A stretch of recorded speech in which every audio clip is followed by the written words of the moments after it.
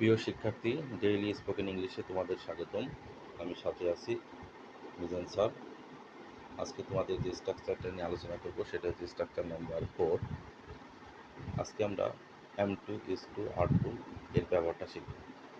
যে সকল কাজ প্রতিনিয়ত করতে হয় এমন বোঝায় সেই সকল সেন্টেন্সটা আমরা এই স্ট্রাকচারে দেখব। স্ট্রাকচারটা হচ্ছে subject plus M2 is to R2 plus V1 plus extra. যেমন যদি আমরা বলি আমাকে যেতে হয়, তখন এই সেন্টেন্সটি বলতে হবে আই এম টু গো।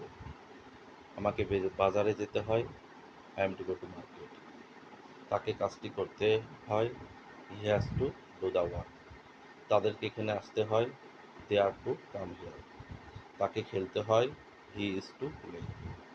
এখন কথা হচ্ছে কখন আমরা এম টু ব্যবহার করব, কখন ইজ টু, কখন আর টু। তো আমরা নোটটা দেখে নিই। আয়ের ক্ষেত্রে am to, they, we, you এবং প্লুরাল সাবজেক্ট হলে আর টু, হি, সি এবং সিঙ্গুলার সাবজেক্ট হলে ইজ টু ব্যবহার করতে হবে।